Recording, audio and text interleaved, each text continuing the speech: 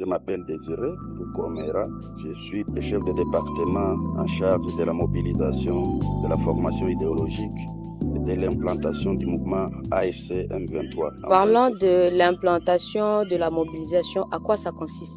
La mobilisation a comme objectif de faire comprendre à l'opinion, aussi bien nationale qu'internationale, la cause, les raisons profondes de l'existence de notre mouvement, les objectifs et les rôles que chacun doit jouer pour que ça aille, parce que c'est une lutte pour une cause noble. La lutte étant noble, nous avons intérêt et nous avons l'obligation de la partager avec nos compatriotes et même avec le monde entier. Voilà en résumé la mobilisation. S'agissant de l'implantation, nous devons asseoir notre idéologie, notre cause noble jusqu'au niveau de la base, puisque pour nous, l'AFC, tout tourne autour de l'homme. L'homme est au centre de notre action. C'est pourquoi nous devons implanter les structures du mouvement jusqu'au niveau de la base. Qui s'occupe alors de cette implantation de la mobilisation au niveau du mouvement, surtout ici au Sud Kivu, à Bukavu par exemple?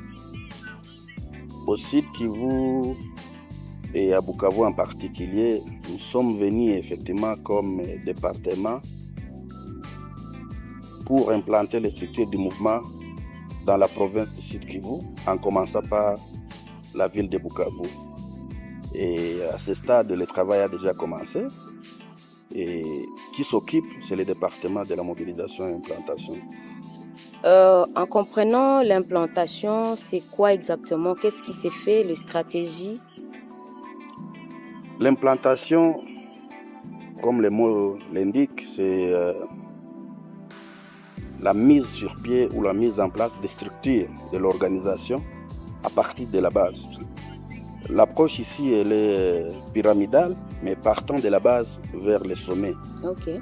Et pour l'AFC, comme j'ai dit que c'est l'homme au centre de notre action, nous devons avoir l'AFC ou la représentativité de l'AFC au niveau le plus bas de l'administration territoriale. Si vous permettez, je peux développer. C'est-à-dire quoi?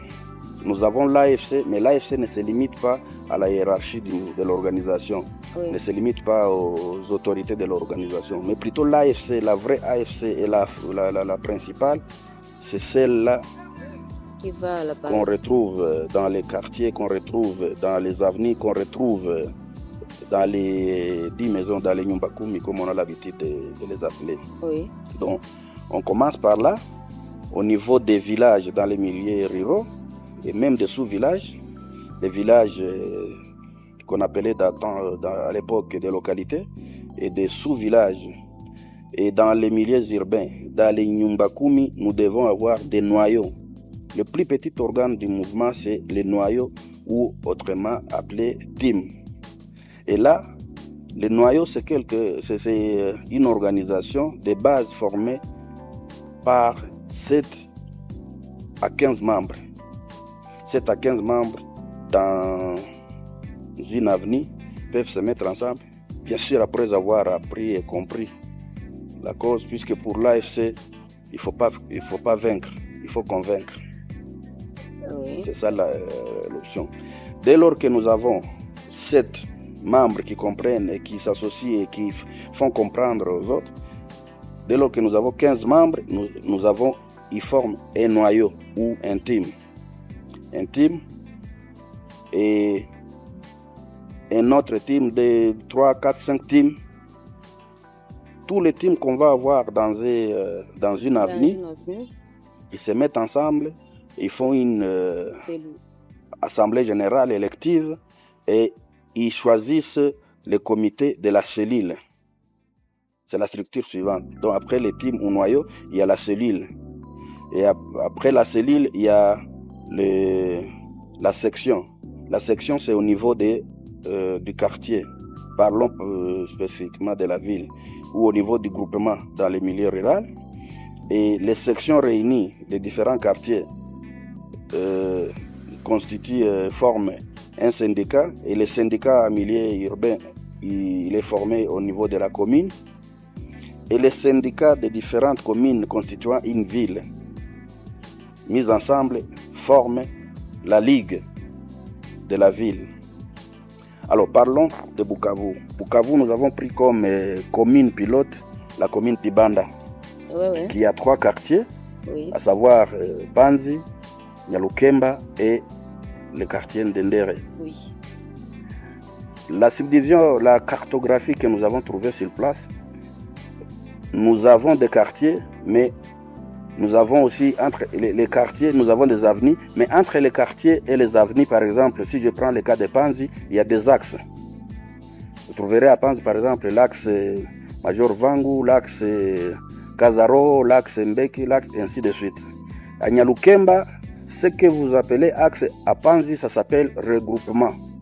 Vous avez regroupement Nyawera, regroupement Moumba 1, regroupement Nguba, ainsi de suite. Adapté à chaque quartier, entité, quoi. À chaque entité. Alors, pour nous, comme organisation, nous implantons les structures au niveau de la base, sur base du volontariat. Comment dire, chacun adhère à sa guise. L'équipe en charge de l'implantation, elle réunit la population, elle explique les bien fondés de l'action. Ceux-là qui adhèrent à l'idée, ils se mettent ensemble, ils se regroupent en noyau et ils constituent leur team. Aussitôt constitué un team, ils se choisissent eux-mêmes les représentants. Un team est dirigé par un team leader, c'est-à-dire le chef.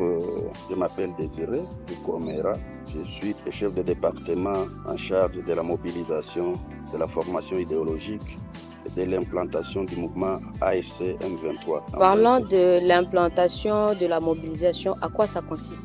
La mobilisation a comme objectif de faire comprendre à l'opinion, aussi bien nationale qu'internationale, la cause, les raisons profondes de l'existence de notre mouvement, les objectifs et les rôles que chacun doit jouer pour que ça aille, parce que c'est une lutte pour une cause noble.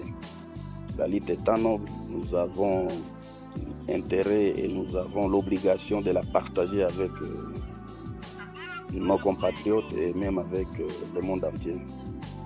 Voilà en résumé la mobilisation. S'agissant de l'implantation, nous devons asseoir notre idéologie, notre cause noble jusqu'au niveau de la base, puisque pour nous, l'AFC, tout tourne autour de l'homme. L'homme est au centre de notre action. C'est pourquoi nous devons implanter les structures du mouvement jusqu'au niveau de la base. Qui s'occupe alors de cette implantation, de la mobilisation au niveau du mouvement, surtout ici au sud Kivu, à Bukavu par exemple? Au sud Kivu et à Bukavu en particulier, nous sommes venus effectivement comme département pour implanter les structures du mouvement dans la province du Sud Kivu, en commençant par la ville de Bukavu. Et à ce stade, le travail a déjà commencé. Et qui s'occupe, c'est le département de la mobilisation et implantation. En comprenant l'implantation, c'est quoi exactement? Qu'est-ce qui s'est fait, les stratégies? L'implantation, comme le mot l'indique, c'est la mise sur pied ou la mise en place des structures de l'organisation à partir de la base. L'approche ici, elle est pyramidale, mais partant de la base vers le sommet. Ok. Et pour l'AFC, comme je dis que c'est l'homme au centre de notre action, nous devons avoir l'AFC ou la représentativité de l'AFC au niveau le plus bas de l'administration territoriale. Si vous permettez, je peux développer. C'est-à-dire quoi? Nous avons l'AFC, mais l'AFC ne se limite pas à la hiérarchie de l'organisation, ne se limite pas aux autorités de l'organisation, mais plutôt l'AFC, la vraie AFC et la principale, c'est celle-là qu'on retrouve dans les quartiers, qu'on retrouve dans les avenues, qu'on retrouve dans les 10 maisons, dans les Nyumbakumi, comme on a l'habitude de les appeler. Oui. Donc, on commence par là, au niveau des villages dans les milieux ruraux et même des sous-villages, des villages qu'on appelait à l'époque des localités et des sous-villages. Et dans les milieux urbains, dans les Nyumbakumi, nous devons avoir des noyaux. Le plus petit organe du mouvement, c'est les noyaux ou autrement appelé team. Et là, les noyaux, c'est une organisation de base formée par 7 à 15 membres. 7 à 15 membres dans une avenue peuvent se mettre ensemble, bien sûr après avoir appris et compris la cause, puisque pour l'AFC, il faut pas vaincre, il faut convaincre. Oui. C'est ça l'option. Dès lors que nous avons 7 membres qui comprennent et qui s'associent et qui font comprendre aux autres, dès lors que nous avons 15 membres, ils forment un noyau ou un team. Un team et un autre team de 3, 4, 5 teams. Tous les teams qu'on va avoir dans une avenue, ils se mettent ensemble, ils font une assemblée générale élective et ils choisissent le comité de la cellule. C'est la structure suivante. Donc après les teams ou noyaux, il y a la cellule. Et après la cellule, il y a la section. La section, c'est au niveau du quartier. Parlons spécifiquement de la ville. Ou au niveau du groupement dans les milieux ruraux. Et les sections réunies des différents quartiers forment un syndicat. Et le syndicat en milieu urbain, il est formé au niveau de la commune. Et les syndicats des différentes communes constituant une ville, mis ensemble, forment la ligue de la ville. Alors parlons de Bukavu. Bukavu, nous avons pris comme commune pilote la commune Tibanda, qui a 3 quartiers, à savoir Panzi, Nyalukemba et le quartier Ndendere. Oui. La subdivision, la cartographie que nous avons trouvée sur place, nous avons des quartiers, mais nous avons aussi entre les quartiers, nous avons des avenues, mais entre les quartiers et les avenues, par exemple, si je prends le cas de Panzi, il y a des axes. Vous trouverez à Panzi, par exemple, l'axe Major Vangu, l'axe Kazaro, l'axe Mbeki, l'axe ainsi de suite. À Nyalukemba, ce que vous appelez axe à Panzi, ça s'appelle regroupement. Vous avez regroupement Nyawera, regroupement Moumba 1, regroupement Nguba, ainsi de suite. Adapté à chaque quartier, entité, quoi. À chaque entité. Alors, pour nous, comme organisation, nous implantons les structures au niveau de la base, sur base du volontariat. Comment dire, chacun adhère à sa guise. L'équipe en charge de l'implantation, elle réunit la population, elle explique les bien fondés de l'action. Ceux-là qui adhèrent à l'idée, ils se mettent ensemble, ils se regroupent en noyau et ils constituent leur team. Aussitôt constitué un team, ils se choisissent eux-mêmes les représentants. Un team est dirigé par un team leader, c'est-à-dire le chef du groupe. Il est assisté par quelqu'un qui est en charge effectivement de véhiculer cette idéologie, en charge des questions de la sensibilisation, de la mobilisation et même du recrutement. Il est aussi assisté par quelqu'un en charge de la discipline dans les petits groupes, dans les noyaux. Et ils ont bien entendu un secrétaire trésorier. Donc c'est 4 personnes qui représentent les teams. Chaque team, c'est eux qui constituent l'électorat. C'est de leur compère. C'est eux qui constituent l'électorat. Dès qu'on a regroupé les teams ensemble, c'est eux qui constituent l'électorat. La nuance ou la petite différence, c'est que les comités team, sauf le secrétariat, le comité est constitué de 5 personnes. Les 4 qui sont au niveau du team, sauf le secrétariat qui est scindé. Donc il y a un trésorier et il y a un secrétaire. La section, c'est au niveau du quartier. Donc il y aura section AFC M23 Ndendere, section AFC M23 à Panzi, section AFC M23 à Nyalukemba. Si je peux synthétiser, c'est-à-dire que pour adhérer au noyau, Il faut comprendre le mouvement. Dès que le mobilisateur arrive, ils expliquent, vous comprenez le mouvement, vous pouvez être membre même si vous n'êtes pas allé en formation ou quelque part que ce soit. Ouais. Aller en formation, c'est une chose, mais porter la cause du mouvement, c'est une autre. On retrouve à la cité et dans la population des gens qui portent la cause et qui comprennent, et des hommes et des femmes épris de paix et de justice, qui veulent soutenir l'action, qui veulent se joindre à l'action du mouvement et qui n'ont pas besoin d'avoir été formés préalablement selon les besoins.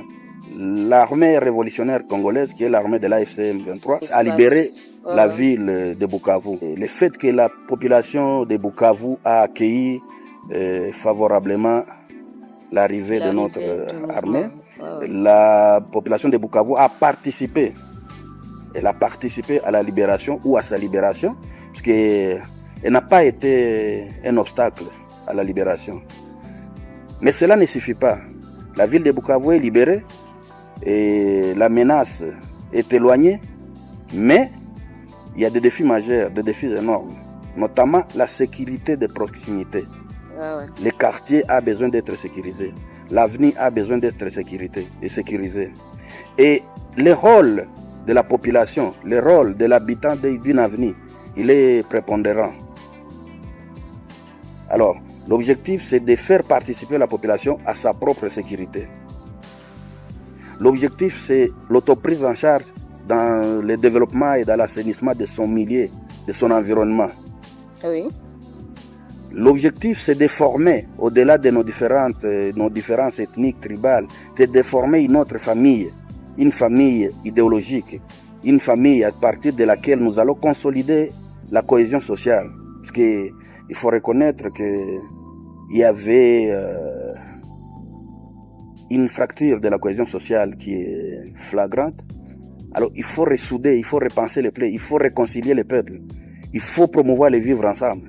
Et cela ne peut se faire qu'à partir de la base. Ça ne peut pas s'imposer à partir du sommet. Donc, ces noyaux sont des nouvelles familles idéologiques qui mettent ensemble les voisins, qui mettent ensemble les gens qui habitent une même contrée, qui doivent se souder, qui doivent s'entraider, qui doivent cohabiter, qui doivent développer le sens de l'amour, qui doivent favoriser la réconciliation et le vivre ensemble. Et ces gens qui doivent être conscients que leur sécurité proche commence d'abord par eux. C'est à eux de jouer ce rôle avant que les services compétents interviennent. Autre chose, je dis, notre peuple était, on était arrivé, à cause d'une mauvaise gouvernance à la tête du pays, on était arrivé à penser que tout viendra de l'Occident, tout viendra du pouvoir, tout viendra. Nous devons développer cet esprit d'autoprise en charge. Et ces structures, aussitôt implantées, elles vont permettre une collaboration aisée, une communication entre la base, la population, le peuple et la hiérarchie du mouvement. Les desiderata de la population vont monter facilement et par ces canaux. Et même les messages politiques, les orientations politiques de la hiérarchie pourront redescendre facilement et atteindre la population à la base.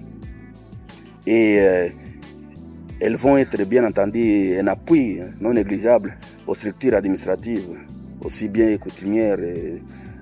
Toute l'administration territoriale a besoin d'un appui de la population.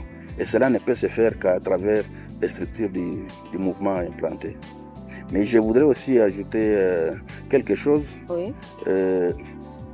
Ces structures ainsi constituées sont un œil de la hiérarchie. C'est elles, du moins, qui vont constater ou qui vont suivre, par exemple, si l'action publique arrive réellement à destination, aux bénéficiaires. Parce que c'est eux-mêmes les bénéficiaires. Oui. Et dès lors qu'ils constatent une anomalie, ils feront rapport à travers leur structure hiérarchique et cela va arriver à la hiérarchie. Donc la population n'a qu'à prendre des noyaux comme le canal direct pour arriver au sommet du mouvement. Absolument. Parce que dans la philosophie du mouvement, c'est quoi? Même la plus haute autorité du mouvement, elle est vue quelque part, elle est née quelque part, elle a un village quelque part, l'autorité, voulais-je dire, elle doit appartenir à un noyau de son village. C'est le modèle, par exemple, si je prends le modèle de l'Église catholique, que vous soyez comptable de l'archidiocèse, de l'archevêché, que vous soyez chauffeur de l'archevêque, que vous soyez secrétaire de l'archevêque, mais vous êtes dans une... Ce que la population peut attendre du mouvement, c'est la paix tous ensemble, c'est le vivre ensemble. Il faudra que la population du Sud Kivu s'implique, comme elle l'a déjà montré, elle s'est impliquée. Nous avons beaucoup plus besoin qu'elle s'implique davantage pour que, ensemble, nous fassions de la province une province prospère, une province réconciliée, une province où le vivre ensemble est effectif. Voilà. Un message alors à cette population pour finir? La population du Sud Kivu, elle est la bienvenue. Nous vous aimons et nous sommes là pour vous. L'AFCM 23 est là pour vous. L'AFCM 23, ce sont vos enfants. Et elle a besoin de l'apport de tout un chacun pour que ça aille. Nous avons besoin de la sécurité par nous-mêmes. Nous avons besoin du développement par nous-mêmes. Nous avons besoin... il y a une chanson qu'on chante souvent en Swahili. Ce n'est pas un slogan, mais nous devons la rendre effective. Congo itajengwa na nani? Congo itajengwa na sisi wenyewe.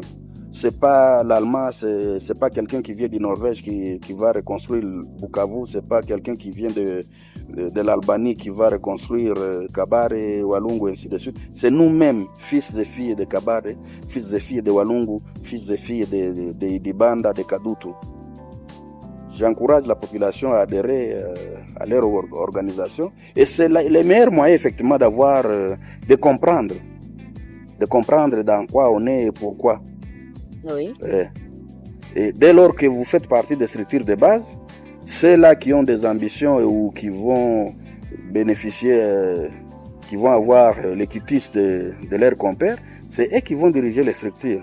Je vous ai dit, l'avantage c'est quoi? Moi, comme chef de département, ou même mes supérieurs hiérarchiques, le gouverneur de province de la province de Bukavu ne peut pas, du Sud Kivu, voulais-je dire, ne peut pas déléguer quelqu'un dans les élections, par exemple, quitter la province pour aller postuler au niveau de la Ligue de la mairie. Non, j'ai dit de la Ligue de la mairie de Bukavu. Le bourgmestre de la commune d'Ibanda ne peut pas recommander quelqu'un pour qu'il passe président du syndicat du mouvement à Ibanda. Non, c'est celui-là qui est venu de la base, qui est venu d'une avenue de Ibanda, élu par les membres de son noyau. C'est celui-là qui va gérer la ligue au niveau de Bukavu. C'est celui-là qui va gérer les syndicats au niveau d'Ibanda. C'est lui qui va gérer les syndicats au niveau de Kadutu. Il sera élu à partir d'un Nyumbakumi de Kadutu et il va monter jusqu'au niveau de la commune de Kadutu. Mais le bourgmestre de Kadutu ne peut pas recommander quelqu'un, même pas le gouverneur, même pas moi et même pas ma hiérarchie. C'est ça l'avantage. Donc, c'est une action pour le peuple et par le peuple. Voilà. Donc, que la population vienne nombreuse, qu'elle adhère, qu'elle participe dans ces structures. Parce que c'est la structure des enfants du pays exact. Qui lutte pour une cause noble. Très noble. La cause, elle est très noble. Et pour qu'on les comprenne, il faut baigner dedans pour que vous les compreniez davantage. Et le moment venu, nous allons passer de cellule en cellule, de section en section, en formant, en répondant aux différentes questions et interrogations qu'ils se posent. Évêque, mais vous êtes dans une communauté de base quelque part. Ah ouais, Chirika. Chirika. Voilà. Donc c'est important. Donc tout le monde appartient à un noyau, appartient à un team. En parlant de l'implantation, mobilisation, il y a d'autres espaces libérés. À part Bukavu et le Sud Kivu, qu'en est-il des autres entités qui ont été libérées déjà? Si je prends par exemple la province du Nord Kivu, l'implantation n'a pas encore été effective, du moins partout, pour plusieurs raisons. Mais nous voulons d'abord consolider l'implantation dans la province du Sud Kivu et que nous avons pris comme province pilote. Ok. Province pilote pour plusieurs raisons. J'ai dit bien que la province du Sud Kivu a été favorable à l'arrivée à la libération. Et puis, il faut reconnaître que la province du Kivu a une population très active politiquement, une population prête et éveillée, il faut le reconnaître. Oui. Et nous voulons, avec cette population dynamique, active, et aussi bien active politiquement, aussi bien active dans les mouvements citoyens, donc sa participation est indispensable pour que les mouvements s'implantent effectivement. Nous parlons depuis longtemps à la population de Bukavu, du Sud Kivu. Il y a une partie qui est partie en formation et d'autres attendent avec impatience. Qu'en est-il de la suite de la formation ou bien des programmes? La formation, elle est là et elle est permanente. C'est une activité permanente du département ou du mouvement d'une manière générale. Cette implantation que nous sommes en train d'opérationnaliser aujourd'hui, elle va permettre effectivement que la formation arrive à tout le monde. Il se pourrait par exemple que vous trouvez dans un quartier des personnes invalides physiquement, mais qui mentalement ou moralement ne le sont pas. Et ces personnes ne peuvent pas, pour des raisons d'infirmité par exemple physique, atteindre les centres de formation et participer aux différentes activités qui s'y déroulent. Mais cette population est utile et de l'intelligence et des cerveaux qui fonctionnent normalement, nous allons nous approcher de cette population et nous allons les former selon les besoins et même localement dans leur milieu, dans leurs cellules, dans leur section. Donc, après l'implantation, la formation va suivre. Elle va suivre et elle va balayer tout l'espace sous notre contrôle. Sinon, nous nous sommes rendus compte que ce serait difficile. Nous risquons de privilégier les uns au détriment des autres, notamment les personnes âgées, les personnes, les handicapés et d'autres personnes qui, pour une raison ou une autre, ne peuvent pas atteindre les centres de formation. Ah, donc, néanmoins, pour les plus jeunes, pour les couches qui le peuvent, les formations vont se succéder au fur et à mesure. Et peut-être, ça, il appartient à la hiérarchie. On pourrait même délocaliser les centres, pas délocaliser, on pourrait créer des centres secondaires selon les milieux pour faciliter, effectivement, accorder certaines facilités aux populations locales. Mais la formation, c'est une activité permanente. Et dès lors que les structures seront installées, même l'implantation aujourd'hui, par exemple, il faut avoir atteint l'âge de la majorité pour faire partie de ces structures, mais ça ne va pas s'arrêter, ça va continuer. Et comme les gens ne le comprendront pas tous de la même façon, où il y a ceux qui sont absents de leur milieu d'origine, l'implantation va continuer. Les structures qui seront mises en place vont continuer à accueillir, les portes restent ouvertes, elles vont continuer à accueillir d'autres personnes.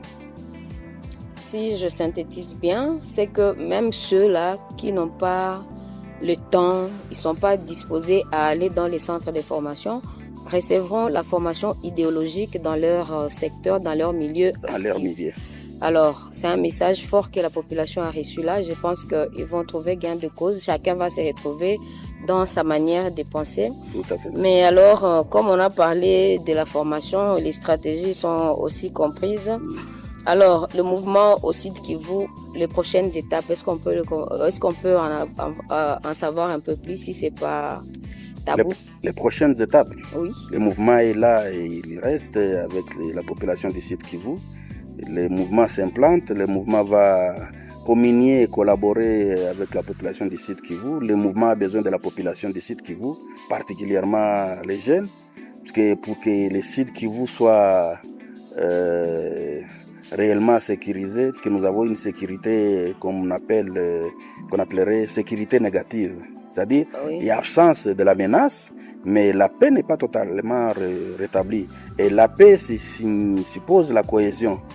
Parce que, vous savez,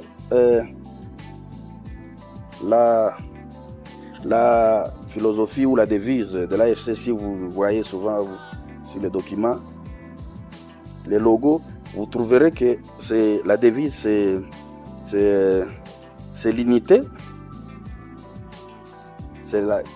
Donc un peuple uni, digne et prospère. L'unité, effectivement, suppose qu'il faut qu'il y ait une paix, il faut qu'il y ait une cohésion sociale. Et cela, c'est le rôle de tout un chacun. Il y a d'un côté les animateurs ou les dirigeants de l'organisation, mais de l'autre côté, j'ai dit que la place prépondérante, c'est celle du peuple. L'unité, la dignité. La dignité, on ne peut recouvrer la dignité que si on a mangé, que si on a un logis. La dignité suppose l'habitat, suppose le manger. La dignité suppose les soins de santé. La dignité suppose la scolarisation de nos enfants. C'est tout ça.